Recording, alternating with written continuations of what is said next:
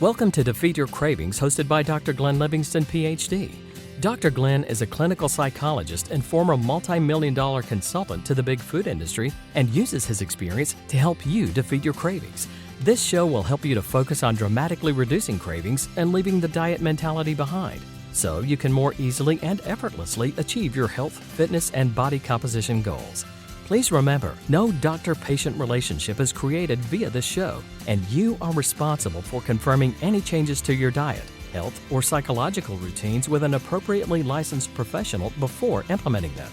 Before we get started, if you haven't downloaded the free smartphone app to access dozens of these recordings all in one place, as well as to avail yourself of a confidential community for support, motivation, and assistance, please visit the podcast link on defeatyourcravings.com as soon as possible.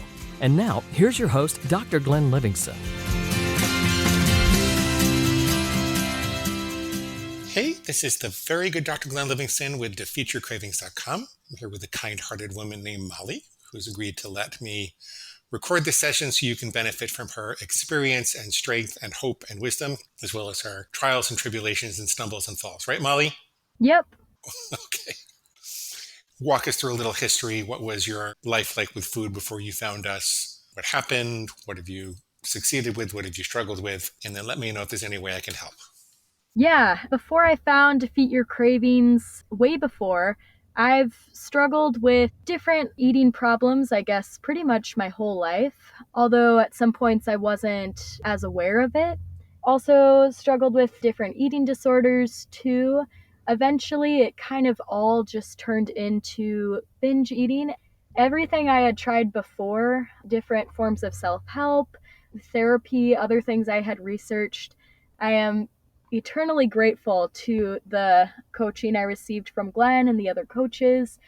I was doing really great, and my success lasted about a year. And in that year, I was able to really accomplish things I never thought I would have been able to before, and I never would have been able to had I been binging, and really work to become the person that I always have been and that I'm working towards. So that was really great. And then this fall, I was just going through a lot of life stressors and instability too in different situations. And I had relaxed my rules and kind of my daily routine and refutation, stuff like that. And I really quickly slipped back into a binge behavior that I hadn't experienced since before I started the program. I mean, that felt really devastating because it felt like I had done so much work and then I was back at the start all over again. I hadn't experienced that kind of devastation, I guess, in a while because I hadn't been binging. I had been following my rules for so long. So I think that got me extra hard too. Eventually, I realized that I needed to try the program again. And so I signed up and have been working with Fiona, and that's been great. I feel like it's been a little harder this time around, or maybe it's just not remembering the past correctly too, but I've definitely had more ups and downs this time, but I've realized some things that I know will help make this stick for a long time that I think I didn't really realize or come to terms with. And some things like how to prevent then I fell into a little bit of over restriction then too, and how to prevent some other things and really sticking to my rules and reputations. When you are really successful, it's still really important. And just going over some squeals and new squeals that have come up. So yeah, I think that's a bit of background. Help me understand a little more about how you now understand what happened when you reversed your intent and you had a setback. How do you interpret that? What do you understand as the cause? How does that understanding influence your mindset and perspective today?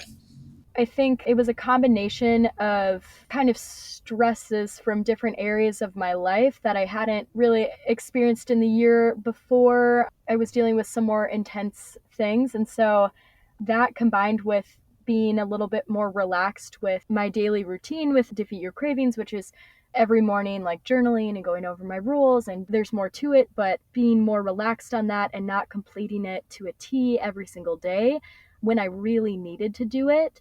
I think that really got me this time around. And then also just some things that I didn't realize I was still struggling with. And that's what I wanted to talk about today, kind of, but the new module or lesson that we had in Defeat Your Cravings about diet culture and diet mentality, that kind of blew my mind because I thought, I'm not binging anymore. So I just assumed that I no longer have diet mentality.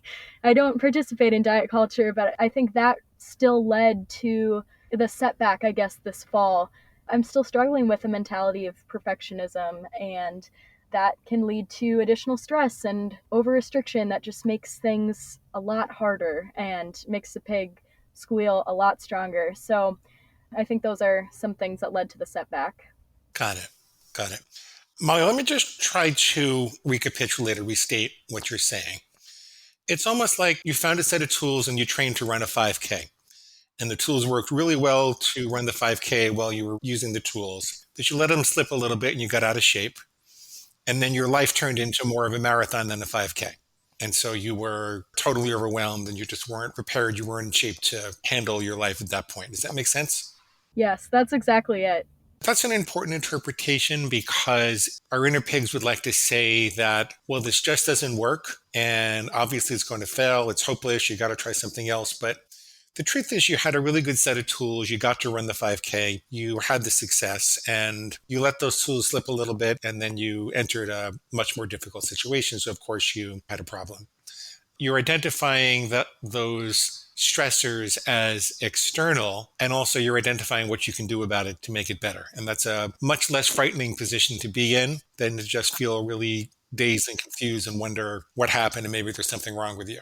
Does that make sense? Yeah, but it's hard to see that in the midst of it too. So that's also something I realized. And going to the program a second time was really helpful. Tell me what you've learned about diet culture and how is that helping you now? How is it making you feel more confident, if it is now, than you did before? And ask me anything you want me to help you with. I think originally I thought of diet culture and diet mentality, or I kind of simplified it as how I once thought about it, which was, you gotta be on a diet or try this or try that or something. But now I kind of loop all negative self image or body image talk into that diet culture mentality. And so something that's been really helpful, I think this is a hook that you said somewhere, but negative self-talk is binge motivated or something like that. And so I've been telling that to myself, which has been really, really helpful. I don't think I realized that a lot of the negative self-talk in my head, it works to break down my defenses and it makes it harder to cage the pig. And so once I realized that, I was able to recognize those thoughts as harmful and as pig squeals and then refute them. Writing them out as squeals and refutations has really helped. Something that was really hard too with the setback this fall was gaining some weight again. And so I was hearing a lot of squeals about losing weight and stuff like that. And I knew that what I needed to do was to get back to my food plan and only focus on getting back to a state of balance, which for me is like the boundaries that my food plan sets in place before I can even think about that. And so once I realized that those negative self-talk squeals were squeals, that was really helpful. The inner critic that really attacks your character after you've made mistakes, sometimes we think that we need it because if we don't figure out what's wrong with us, then we're just going to keep doing it. The solution to that is to turn guilt into responsibility. Sometimes we hold on to guilt because we're frightened of the threat that still exists from the problem that just occurred. And we think that's the only way to control the impulse.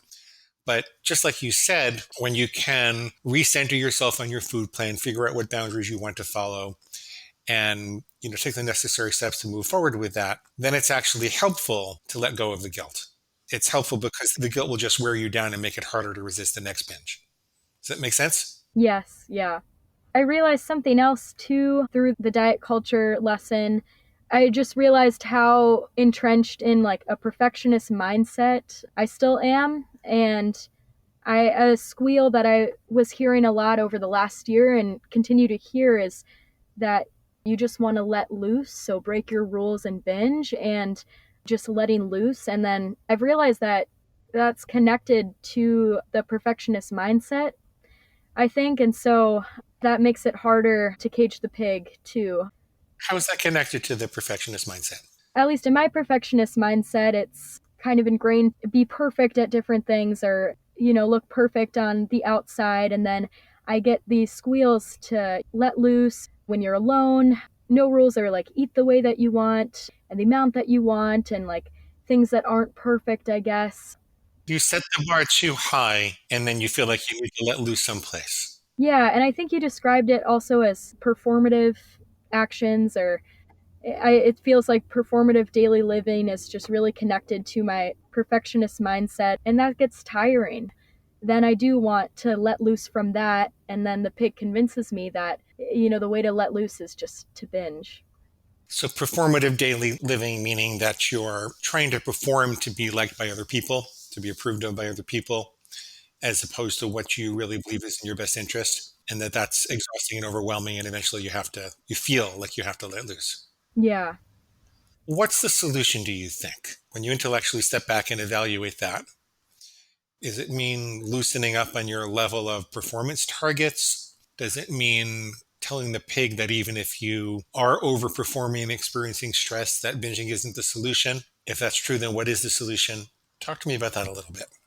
One thing is trying to recognize and in the moment, I guess, when I am maybe acting out on perfectionist tendencies or when I feel like I'm performing and try to see those as pig squeals and refute them and work on that. And I think also when I notice that I am getting exhausted by that, and how I notice that is hearing the squeals that you need to let loose. I mean, that can tell me, I think, that I am following this, acting out in this perfectionist mindset and performing, of then sitting down and refuting that and looking at other ways that I can relieve that stress or that anxiety or let loose in other ways. I think those two things would probably be helpful. Molly, that makes sense. Is that a good enough refutation? Do you feel confident? I feel confident, but I feel like it's going to take a lot of work. Where's the work going to be involved with that? Performing is so all the time and everywhere in my life, and the perfectionist mindset too, that it's just going to be a lot of refuting and separating myself from that mindset and those thoughts. Maybe a better strategy in terms of protecting your eating is to refute the idea that overeating is the only way to let loose. Are there other ways that you could let loose? If it's going to take you a couple of years to stop being, such a people pleaser, which it could, it's not easy to just decide not to do that and just not do that. Then assuming you are going to be a people pleaser and have some of that stress in the short term, is it true that the only way to let loose is to go on a big giant binge? No, it's not true. What else could you do to let loose? Other ways that I can let loose, simple ways, taking a shower. That feels very relaxing to me. I do like to go out dancing to let loose. So I know that that is something I can do when I have the energy to do that. Taking a walk really helps me feel like I'm letting loose. Maybe also looking to see if I am overloading myself in other areas of my life or in other responsibilities, and then dialing that back a little bit will help me feel like I'm letting loose. And just going through the activities that I know are relaxing to me, I think will bring me that feeling of letting loose as well. Shower, dance, walk, and cut back. Yeah. So there are a lot of things you can do besides binging. Yes. How confident are you now that you don't have to binge to let loose? I am 100% confident that I don't have to binge to let loose. What would it mean to you to be done with the idea that you have to binge to let loose? I think it would give me so much energy. It would reduce my stress. It would perhaps bring or lower the amount of times that I feel like I need to let loose. Because I think some of those times too, it's maybe created by the pig too, or just like I'll hear those squeals. Number one, it would just give me so much more energy. And I would actually feel like I relaxed and like I did let loose a little bit. It would be satisfying. And I think what I'm trying to get out of letting loose is satisfaction, ultimately. And I know that I can only get true satisfaction from what I refer to as higher pleasures, like spending time with family and friends, or taking care of myself through taking a shower, or doing things that give me satisfaction. And I know that binging does not bring me satisfaction. I like that phrase, higher pleasures. Those are the pleasures you really deserve, right? Yes. Mm-hmm. If you were to let the pig keep winning with this, what would happen to your life in 5 or 10 years? Ooh, I think I would feel like I had to let loose a lot more often. I would be a lot more stressed. I know that when I binge, especially when I'm already stressed or anxious, it just compounds those negative feelings. And it's like a snowball rolling down a hill and it just gets bigger and bigger. It would not be a fun future. That's really interesting. So letting loose with binge food actually creates a heightened need to let loose. It doesn't really scratch the edge. It makes it worse. Yeah, that's true. Did you hear yourself say that? Yes, yeah. It's really interesting. Yeah, I'm just now realizing it though. Last question I have for you. How are you going to make this permanent? What's different about your work this time than last time? A big thing that's different about my work this time versus last time is going through the squeal, the letting loose. That was something that I didn't really address. I was focusing on other things. So, I mean, this is a whole new refutation that I'll be able to hammer in, which will be really helpful. And I know that this is something that's going to come up again and again throughout life because so many things happen that bring stress or that, yeah, you feel like you need to relieve some tension or get some satisfaction. I think also just being conscious and aware of perfectionist mindset and thoughts and squeals that feed into that, refuting them and going through those refutations because that can lead to over restriction and performative living, which just wears me down and then makes me feel like I need to let loose. So, yeah, I think those things are different from last time. How confident are you that it's going to be permanent? I am Not quite there, right? I'm fully confident if I do it. It's just that I need to somehow make it a routine to do it. So let's talk about that. What's the minimum routine that will keep you on the straight and narrow? Not to please me, but for you, that you really know. Yeah.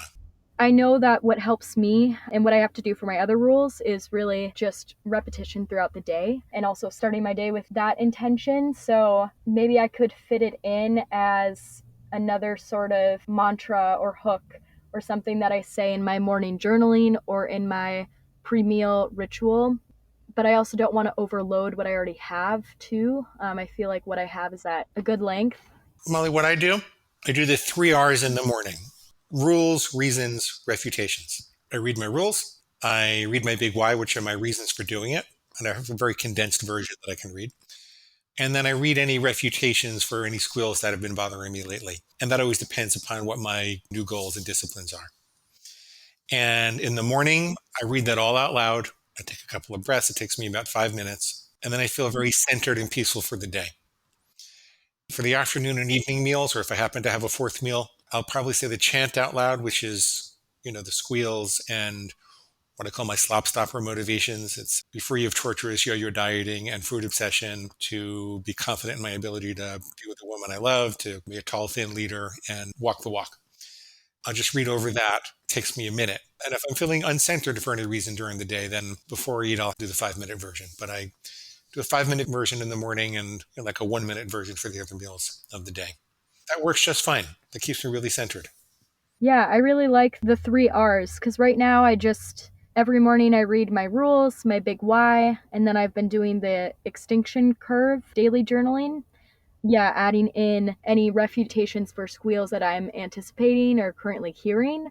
That would be really helpful. And you can boil down the refutation to a mantra. Okay. So one bite is a tragedy. How about you start tomorrow, pig? When the pig says, just start tomorrow. How about you start tomorrow, pig? Mm-hmm. You can boil down the essence of your refutation to just a couple of words that you remember. Bold that, put it in caps. That's what sticks in your head. I'll have to come up with a good mantra to say that overeating or breaking my rules, it does not equal letting loose or something like that. Or listing 1 or 2 things that I know helps me let loose. But yeah, there are a million ways. There are a million great ways to let loose. Overeating isn't one of them. That's my best shot. Yeah, I think the overeating isn't one of them part really drives it home for me when I read that too. I like that. What questions or concerns are you left with? I think that is what I wanted to talk to you about today. Yeah. And that brings us to the end of today's broadcast of Defeat Your Cravings, hosted by Dr. Glenn Livingston. If you'd like to find out more about the products and services Dr. Glenn offers to help you dramatically reduce your cravings and stop overeating in 90 days or less, please visit defeatyourcravingscoaching.com. That's defeatyourcravingscoaching.com. Thanks.